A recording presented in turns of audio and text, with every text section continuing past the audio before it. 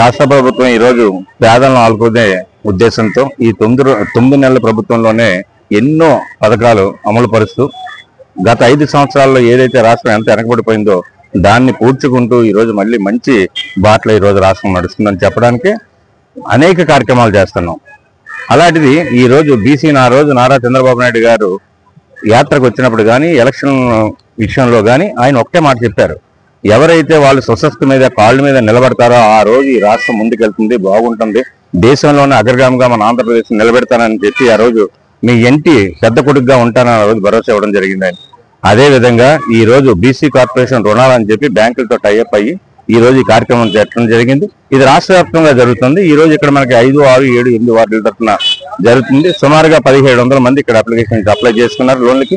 దీంట్లో only BC కులాలే కాదు, Brahmins కూడా దీంట్లో 15 మంది పెట్టుకున్నారు, కమ్మ కులస్తులు పెట్టుకున్నారు, రెడ్లు పెట్టుకున్నారు, కాపు కులస్తులు కూడా పెట్టుకున్నారు, ఆర్యవైశ్యులు కూడా పెట్టుకున్నారు.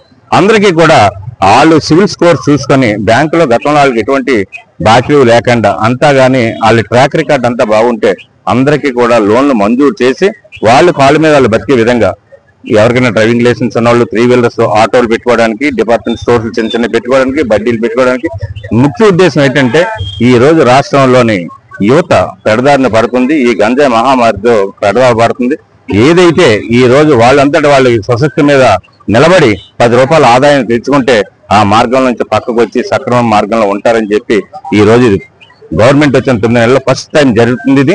ఇది నిరంతరంగా కూడా రాబోయే అన్ని రోజుల్లో జరుగుతూనే ఉంటుంది. విడతల వారిగా 3 నెలలకు ఒకసారి చెప్పిన ఎవరైతే ఈ రోజు రుణాలు కొంతమందికి ఈ రోజు మంజూరు చేయడం జరుగుతుంది, స్పాట్ లోనే కొంతమందికి మంజూరు చేశారు. ఈ రోజు అలాగే ఎవరికైతే సివిల్ స్కోర్స్ బాగున్నాయి అందరూ కూడా బ్యాంకులు ఎంక్వైరీకి వచ్చి అందరికీ కూడా జరుగుతుంది. ఎవరన్నా మిగిలిపోతే నెక్స్ట్ విడతలో ఇచ్చి అందరినీ కూడా ఆదుకునే విధంగా ఎన్డీఏ ప్రభుత్వం ఈ రోజు కృతనిశ్చితం ఉంది. నిన్న మీరు చూశారు పవన్ కళ్యాణ్ గారు కూడా వాళ్ళు బాబు చిన్న పిల్లోడు ఫైర్ యాక్సిడెంట్ లో ఉన్నా సరే అక్కడ ట్రైబల్ ఏరియాకి వెళ్ళి నేను ఇచ్చిన కార్యక్రమం పూర్తి చేసుకుని వెళ్తానని చెప్పి పవన్ కళ్యాణ్ గారు చెప్పి ఆయన అంత పట్టుదలగా మనిషి. అలాగే విజన్ గల చంద్రబాబు నాయుడు గారి నాయకత్వంలో ఈ రాష్ట్రం పురోగతిని చెందుతున్న అనడానికి ఎటువంటి సంశయం లేదు.